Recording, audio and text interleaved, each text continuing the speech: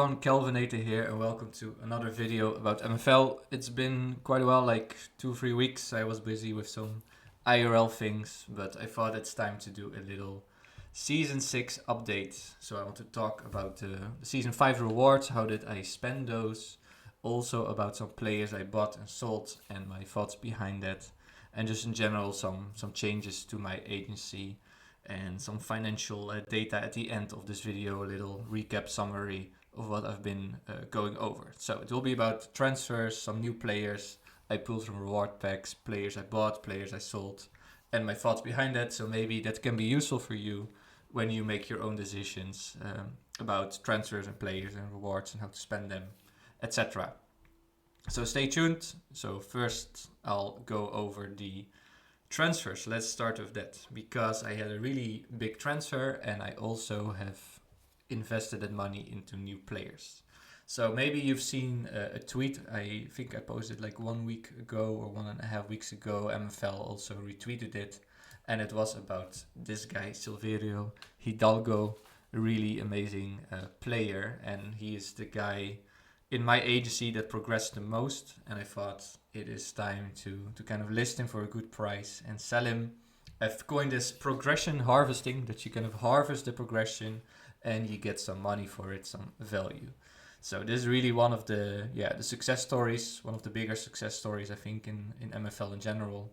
So he went from 71 here at age 21 to 89 aged 26 right now, although I sold him I think when he was just 25. So 21 to 25 he progressed by plus 18 from an uncommon to a legendary.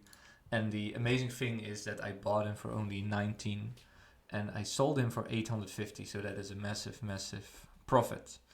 And I thought I want to reinvest that profit into players that I really need for my team and that still have some progression in them, so that they can also potentially make that growth. So how did I spend that money? So let's go up. Another guy is sold, but here we enter 3 big guys I signed. I did another tweet about this guy who I already bought, anticipating the departure. Let me pull him up. So this is Elmar Jacobs, also another winger. I sold a winger and I thought I want to strengthen the wings, and this guy replaced Hidalgo. He's a bit older, so 27 when I bought him, 28, but this is the first season he played for me. I bought him for 177, so you could say that's quite a lot for like an older player. But I feel like he has unique qualities. He has 95 shooting, which is amazing, 88 dribbling, also 80 pace, 76 physical, which is very nice for attacking players. So with the departure of Hidalgo, he can really kind of replace him. He's not as well overall, but I think based on the stats he can perform as well, especially with that shooting. So that's the first guy I bought to directly replace him, and then that money I also spent on some other talents. So let's start with this guy, Tomlinson. He is 78, I paid 135, he's still 23. What I like about him as a CM is that he's quite balanced. He has 70 defense, 74 physical. He already has shown some progression in him. 1, 2, 3, 4, 5. So plus 5 at 23. That promises that there's still more space to grow. CMs are quite rare. And for my Solidarnos team, I needed some reinforcements to kind of keep them in iron and maybe challenge the top 3. So that was the first guy that I bought with the money for the Solidarnos team. And you'll notice I bought 3 more guys. Maybe we should go there to that team to show you why I bought it. First of all, the lower teams, they are my 3 hometown teams, I call it, places where I lived: Eindhoven, Poznan, Gdansk. Lichtstad is from Eindhoven, my real hometown, and that's why I added a lot of good players to that team. And Solidarnos got a bit too weak for iron, I think, so I strengthened them. And maybe in the lineup I can show you the 3 guys I bought for this team and why. So Tomlinson we just talked about. Where is he? This talent, 23 CM, some space to grow. Plus he has good defense and physical. And I think those 2 spots in a 3-4-3 can be exposed and a little bit weak. So they need to have proper defense. And the other two guys I bought are the left mid and the right mid. And I bought them because I needed some better defensive players in that on that wing with 3 in the back. I feel these spaces are too much exposed. Now Eklund is a 76 left midfielder, but when we click on his card, he's actually an 83 left wing back. As a left midfielder, he drops super much because of the shooting. But I don't care about the shooting. I have like 3 attackers there, so I'll just I don't care about that, but look at the passing. 83, 81 physical, 83 defense, 81 dribbling, 86 pace. So he'll be really kind of an amazing functioning as a wingback, but playing as a left midfielder. So don't let overalls fool you in MFL. 76, only -1 for the position, but that's just because of the shooting. That is very bad. Then the right midfielder, Butcher, I also bought from Dio for 140. Also 23, so still quite young, still some progression in him. He only showed 2, maybe he can be late bloomer. But why I bought him is the 77 defense, 84 dribbling, 73 physical, 79 passing. So he's also a very decent guy who can do the right wing. So I changed my setup and I have some talented guys, 23, 24, who can play in this midfield and help Solidarność to be strong. So those are, together with Jacobs or Casablanca, the 4 guys that I bought. So I used the funds from Hidalgo, that 800 profit, to buy 4 pretty decent rare guys with still some progression in them. Then about the pools. Actually, in this team, we have one of the first pools. So I got 5 rare player reward packs. And I'll show you each of the guys I bought and where they play now, and how I use them, and then how happy I am with them. So this is the first guy, Bennett. Quite an interesting player. So first of all, 78 striker, 21. So that is amazing. Another young guy. He has 87 shooting, which is great. But the rest is not so good. 66 pace, 75 dribbling, 67 physical. And he's quite tiny, only 5'6", 169 centimeters. But still, when you pull a 21-year-old 78 striker, you cannot complain. So I'm going to put him there. Hopefully he only has to, kick the ball with his 87 shooting, and he can score a lot of goals. I have to experiment a little bit how I can make him work. That is one striker, but the amazing thing is that I got 3 strikers in those reward packs. So let me filter striker and pull them up for you. So Bennett was the first one. The guy above him, almost the same, but 1 year older. 78 striker, 22 years old. Shinta, so another young striker. He is very tall, 190. He's better pace, same dribbling. Still decent shooting, 82. Pretty good physical. A nice all-round Japanese striker. So I am very happy with them. And then the other striker is a bit older, but still very good. So 25. Not too old, not too young. 86 shooting, 88 pace. Those strikers have proved to be very efficient for me. Plus 79 physical and also quite tall. So 3 decent strikers, 2 very young ones. Very happy with that. And then another young guy is Ignat, 20 years old even. 77 shooting, 84.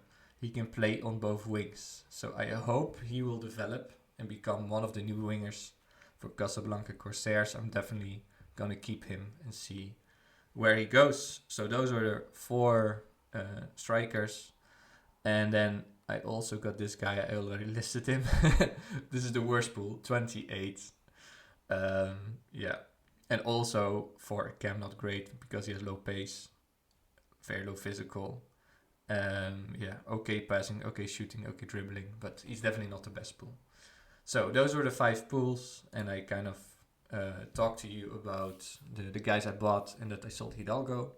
Let's go to my slides now where I explain, kind of do a little recap, talk about the financials, and a little conclusion of this Season 6 transfer window and how happy I am with that. So let's talk about that. Alright, so let's do a little summary of what I just told about the transfers and the reward packs, total financial picture and conclusion. So those are the 3 guys in this transfer window I sold. Before Season 5 I sold some other guys, but I wanted to talk only about this window to keep things fair. So Hidalgo, that amazing progression wonder, I sold for 850, 807 after fees. The old goalie, still got 30 for him, which is good. And a young limited player talent, but yeah, you never know how he will progress. So I just sold him for 18, total 855, which is a very nice number. As I told you, I reinvested that in those 4 players who are or quite young, like Tomlinson, Eklund, and Butcher. We are quite young and not too expensive. I think they're kind of a sweet spot between young, still a lot of seasons in them, and still great value plus potential for progression. And Jacobs, who is a bit older, but who I bought to replace Hidalgo and add a bit more quality, especially shooting for my goal team. So together they cost 627, which means I still have like 200 left from the Hidalgo sale. Rewards. I didn't really talk about the amounts before. I got 325,000 MFL in Season 5. I bought 5 rare players, which I showed. Those cost 235k together. Of the rewards, I also bought some packs that I sold on Floaty for... I bought like 85k worth of packs that I sold.